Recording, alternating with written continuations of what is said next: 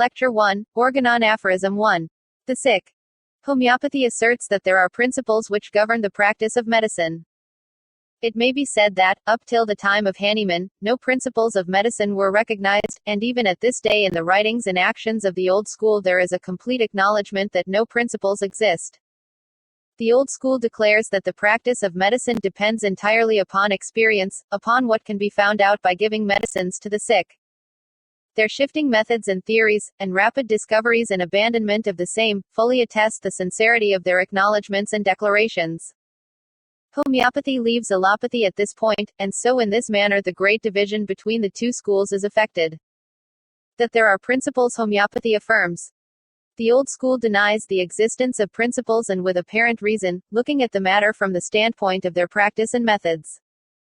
They deal only with ultimates, they observe only results of disease, and either deny or have no knowledge of the real nature of man, what he is, where he came from, what his quality is in sickness or in health. They say nothing about the man except in connection with his tissues, they characterize the changes in the tissues as the disease and all there is of the disease, its beginning and its end. In effect, they proclaim disease to be something that exists without a cause. They accept nothing but what can be felt with the fingers and seen with the eyes or otherwise observed through the sense, aided by improved instruments. The finger is aided by the microscope to an elongated point, and the microscopic pathological results of disease are noted and considered to be the beginning and the ending, i.e., results without anything prior to them. That is a summary of allopathic teaching as to the nature of sickness. But homeopathy perceives that there is something prior to these results. Every science teaches, and every investigation of a scientific character proves that everything which exists does so because of something prior to it. Only in this way can we trace cause and effect in a series from beginning to end and back again from the end to the beginning. By this means we arrive at a state in which we do not assume, but in which we know. The first paragraph of the Organon will be understood by an inexperienced observer to mean one thing and by a true and experienced homeopath to mean another. Organon Aphorism 1. The physician's high and only mission is to restore the sick to health, to cure as it is termed. No controversy will arise from a superficial reading of this statement, and until Hahnemann's hidden meaning of the word sick is fully brought to view, the physician of any school will assent. The idea that one person will entertain as to the meaning of the word sick will be different at times from that which another will entertain. So long as it remains a matter of opinion, there will be differences of opinion, therefore, the homeopath must abandon the mere expressions of opinion. Allopathy rests on individual opinion and allopaths say that the science of medicine is based on the consensus of opinion, but that is an unworthy and unstable foundation for the science of curing the sick. It will never be possible to establish a rational system of therapeutics until we reason from facts as they act and not as they sometimes appear. Facts as they appear are expressed in the opinions of men, but facts as they are facts and truths from which doctrines are evolved and formulated which will interpret or unlock the kingdoms of nature in the realm of sickness or health. Therefore, beware of the opinion of men in science. Hahnemann has given us principles which we can study and advance upon. It is law that governs the world and not matters of opinion or hypotheses. We must begin by having a respect for law, for we have no starting point unless we base our propositions on law. So long as we recognize men's statements, we are in a state of change, for men and hypotheses change. Let us acknowledge the authority. The true homeopath, when he speaks of the sick, knows who it is that is sick, whereas the allopath does not know. The latter thinks that the house which the man lives in, which is being torn down, expresses all there is of sickness, in other words, that the tissue changes, which are only the results of disease, are all that there is of the sick man. The homeopath observes wonderful changes resulting from patentized medicine and being compelled to reflect he sees that crude drugs cannot heal the sick and that what changes they do effect are not real but only apparent. Modern physiology has no vital doctrine in its teaching, and therefore no basis to work upon. The doctrine of the vital force is not admitted by the teachers of physiology and, therefore, the homeopath sees that true physiology is not yet taught, for without the vital force, without simple substance, without the internal as well as the external, there can be no cause and no relation between cause and effect. Now what is meant by the sick? It is a man that is sick and to be restored to health, not his body, not the tissues. You will find many people who will say, I am sick. They will enumerate pages of symptoms, pages of suffering. They look sick. But they tell you. I have been to the most eminent physicians. I have had my chest examined. I have been to the neurologist. I have been to the cardiac specialist and have had my heart examined. The eye specialist has examined my eyes. I have been to the gynecologist and have had my uterus examined, says the woman. I have been physically examined from head to foot, and they tell me I am not sick, I have no disease. Many a time have I heard this story after getting 3 or 4 pages of symptoms. What does it mean? It is true if that state progresses, there will be evidences of disease, i.e., evidences which the pathologist may discover by his physical examination. But at present the patient is not sick, says the learned doctor, but what do all these symptoms mean? I do not sleep at night, I have pains and aches. My bowels do not move. Oh, well, you have constipation. That is the first thing that has been diagnosed. But do all these things exist without a cause? It would seem from one opinion that the constipation is the disease per se, but from another opinion it would appear to be the cause of disease. The diagnosis is made to apply to one as much as to the other. But this is the character of vagaries so common to old school whims. These symptoms are but the language of nature, talking out as it were, and showing as clearly as the daylight the internal nature of the sick man or woman. If this state progresses, the lungs break down. The doctor says, "Oh, now you have consumption," or a great change appears in the liver, and he says, "Oh, now you have fatty degeneration of the liver," or albumin appears in the urine, and he tells the patient, "Now I am able to name your disease. You have some one of the forms of Bright's disease." It is nonsense to say that prior to the localization of disease, the patient is not sick. Does it not seem clear that this patient has been sick, and very sick, even from childhood? Under traditional methods it is necessary that a diagnosis be made before the treatment can be settled, but in most cases the diagnosis cannot be made until the results of disease have rendered the patient incurable. Again, take the nervous child. It has wild dreams, twitching, restless sleep, nervous excitement, hysterical manifestations, but if we examine all the organs of the body we will find nothing the matter with them. This sickness, however, which is present, if allowed to go on uncured, will in 20 or 30 years result in tissue change, the organs will become affected, and then it will be said that the body is diseased, but the individual has been sick from the beginning. It is a question whether we will start out and consider the results of disease or begin at the beginning with the causes. If we have material ideas of disease, we will have material ideas of the means of cure. If we believe an organ is sick and alone constitutes the disease, we must feel that if we could remove the organ we would cure the patient. A man has a necrotic condition of the hand, then if we believe that only the hand is sick we would think we had cured the patient by removing his hand. Say the hand is cancerous. According to this idea it is cancerous in itself and from itself, and seeing he would later die from the cancer of his hand we would conscientiously remove the hand and so cure the patient. For an eruption on the skin we would use local means to stimulate the functions of the skin and make it heal, and believing the eruption had no cause behind it we would conscientiously think we had cured the patient. But this is the reductio ad absurdum, for nothing exists without a cause. The organs are not the man. The man is prior to the organs. From first to last is the order of sickness as well as the order of cure. From man to his organs and not from organs to the man. Well, then who is this sick man? The tissues could not become sick unless something prior to them had been deranged and so make them sick. What is there of this man that can be called the internal man? What is there that can be removed so that the whole that is physical may be left behind? We say that man dies but he leaves his body behind. We dissect the body and find all of his organs. Everything that we know by the senses belongs to physical man, everything that we can feel with the fingers and see with the eyes he leaves behind. The real sick man is prior to the sick body, and we must conclude that the sick man be somewhere in that portion which is not left behind. That which is carried away is primary and that which is left behind is ultimate. We say the man feels, sees, tastes, bears, he thinks and he lives, but these are only outward manifestations of thinking and living. The man wills and understands, the cadaver does not will and does not understand, then that which takes its departure is that which knows and wills. It is that which can be changed and is prior to the body. The combination of these two, the will and the understanding, constitute man, conjoined they make life and activity, they manufacture the body and cause all things of the body.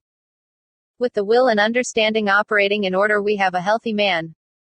It is not our purpose to go behind the will and the understanding, to go prior to these. It is enough to say that they were created. Then man is the will and the understanding, and the house which he lives in is his body. We must, to be scientific homeopaths, recognize that the muscles, the nerves, the ligaments and the other parts of man's frame are a picture and manifest to the intelligent physician the internal man. Both the dead and the living body are to be considered, not from the body to the life, but from the life to the body. If you were to describe the difference between two human faces, their character and everything you observe of their action, you would be describing scarcely more than the will. The will is expressed in the face, its result is implanted on the countenance. Have you ever studied the face of an individual who has grown up a murderer or villain of some sort? Is there no difference between his face and that of one who has the will to do good, to live uprightly? Go down into the lowest parts of our great city and study the faces of these people. These people are night prowlers, they are tip late at night studying villainy. If we inquire into it, we will see that their affections are of that kind. They have the stamp upon their faces. They have evil affections and an evil face. The countenance then is expressive of the heart. Allopathic pathology recognizes nothing but man's body. Yet one can easily confuse the allopath by asking him what man's thought is, what man is. The homeopath must master these things before he can perceive the nature of the cause of disease and before he can understand what cure is. It is the sole duty of the physician to heal the sick. It is not his sole duty to heal the results of sickness, but the sickness itself. When the man himself has been restored to health, there will be restored harmony in the tissues and in the activities. Then the sole duty of the physician is to put in order the interior of the economy, i.e., the will and understanding conjoined. Tissue changes are of the body and are the results of disease. They are not the disease. Hahnemann once said, "There are no diseases, but sick people," from which it is clear that Hahnemann understood that the diseases so-called, e.g., Bright's disease, liver disease, etc., were but the grosser forms of disease results, viz., appearances of disease. There is first disorder of government, and this proceeds from within outward until we have pathological changes in the tissues. In the practice of medicine today, the idea of government is not found, and the tissue changes only are taken into account. He who considers disease results to be the disease itself, and expects to do away with these as disease, is insane. It is an insanity in medicine, an insanity that has grown out of the milder forms of mental disorder in science, crazy whims. The bacteria are results of disease. In the course of time we will be able to show perfectly that the microscopical little fellows are not the disease cause, but that they come after, that they are scavengers accompanying the disease, and that they are perfectly harmless in every respect. They are the outcome of the disease, are present wherever the disease is, and by the microscope it has been discovered that every pathological result has its corresponding bacteria. The old school consider these the cause, but we will be able to show that disease cause is much more subtle than anything that can be shown by a microscope. We will be able to show you by a process of reasoning, step by step, the folly of hunting for disease caused by the implements of the senses. In a note, Hahnemann says, "The physician's mission is not, however, to construct so-called systems, by interweaving empty speculations and hypotheses concerning the internal essential nature of the vital processes and the mode in which diseases originate in the invisible interior of the organism, etc. We know that in the present day people are perfectly satisfied if they can find the name of the disease they are supposed to have, an idea cloaked in some wonderful technicality. An old Irishman walked into the clinic one day, and after giving his symptoms, said, 'Doctor, what is the matter with me?' The physician answered, 'Why, you have nux vomica,' that being his remedy. Whereupon the old man said, 'Well, I did think I had some wonderful disease or other.'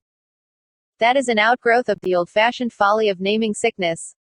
Except in a few acute diseases no diagnosis can be made, and no diagnosis need be made except that the patient is sick. The more one thinks of the name of a disease so-called, the more one is beclouded in the search for a remedy, for then the mind is only upon the result of the disease, and not upon the image expressed in symptoms. A patient of 25 years of age, with gravest inheritances, with 20 pages of symptoms, and with only symptoms to furnish an image of sickness, is perfectly curable if treated in time. After being treated there will be no pathological results, lie will go on to old age without any tissue destruction. But that patient, if not cured at that early age, will take on disease results in accordance with the circumstances of his life and his inheritances. If he is a chimney sweep, he will be subject to the disease peculiar to chimney sweeps. If she is a housemaid, she will be subject to the disease peculiar to housemaids, etc. That patient has the same disease he had when he was born. This array of symptoms represents the same state before the pathological conditions have been formed as after. And it is true, if he has liver disease or brain disease or any of the many tissue changes that they call disease, you must go back and procure these very symptoms before you can make a prescription. Prescribing for the results of disease causes changes in the results of disease, but not in the sickness except to hurry its progress. We will see peculiarities running through families.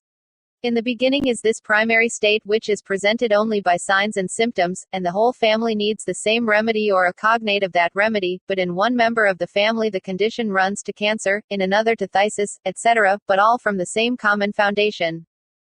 This fundamental condition which underlies the diseases of the human race must be understood.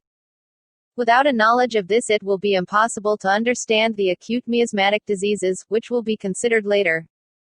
It is a well-known fact that some persons are susceptible to one thing and some to another. If an epidemic comes upon the land, only a few come down with it. Why are some protected and why do others take it? These things must be settled by the doctrines of homeopathy. Idiosyncrasies must be accounted for. Many physicians waste their time searching after the things that make their patients sick. The sick man will be made sick under every circumstance, whereas the healthy man could live in a lazaretto. It is not the principal business of the physician to be hunting in the rivers and the cellars and examining the food we eat for the cause of disease. It is his duty to bunt out the symptoms of the sickness until a remedy is found that covers the disorder. That remedy, which will produce on healthy man similar symptoms, is the master of the situation, is the necessary antidote, will overcome the sickness, restore the will and understanding to order and cure the patient. To get at the real nature of the human economy, and to lead up from that to sickness, opens out a field for investigation in a most scientific way. Sickness can be learned by the study of the provings of drugs upon the healthy economy. Hahnemann made use of the information thus obtained when he stated that the mind is the key to the man. The symptoms of the mind have been found by all his followers to be the most important symptoms in a remedy and in a sickness. Man consists in what he thinks and what he loves, and there is nothing else in man. If these two grand parts of man, the will and understanding, be separated, it means insanity, disorder, death. All medicines operate upon the will and understanding first, sometimes extensively on both, affecting man in his ability to think or to will, and ultimately upon the tissues, the functions and sensations. In the study of aurum we find the affections are most disturbed by that drug. Man's highest possible love is for his life. Aurum so destroys this that he does not love his life, he will commit suicide. Argentum on the other hand so destroys man's understanding that he is no longer rational, his memory is entirely ruined. So with every proved drug in the materia medica, we see them affecting first man's mind, and proceeding from the mind to the physical economy, to the outermost, to the skin, the hair, the nails. If medicines are not thus studied, you will have no knowledge of them that you can carry with you. The materia medica has been established upon this basis. Sickness must therefore be examined by a thorough scrutiny of the elements that make up morbid changes that exist in the likeness of drug symptoms. To the extent that drugs in provings upon healthy men have brought out symptoms on animal ultimates, must we study sickness with the hope of adjusting remedies to sickness in man under the law of similars. Ultimate symptoms, function symptoms, sensorium symptoms and mind symptoms are all useful and none should be overlooked. The idea of sickness in man must be formed from the idea of sickness perceived in our materia medica. As we perceive the nature of sickness in a drug image, so must we perceive the nature of the sickness in a human being to be healed. Therefore our idea of pathology must be adjusted to such a materia medica as we possess, and it must be discovered wherein these are similar in order to heal the sick. The totality of the symptoms written out carefully is all that we know of the internal nature of sickness. Then the proper administration of the similar remedy will constitute the art of healing.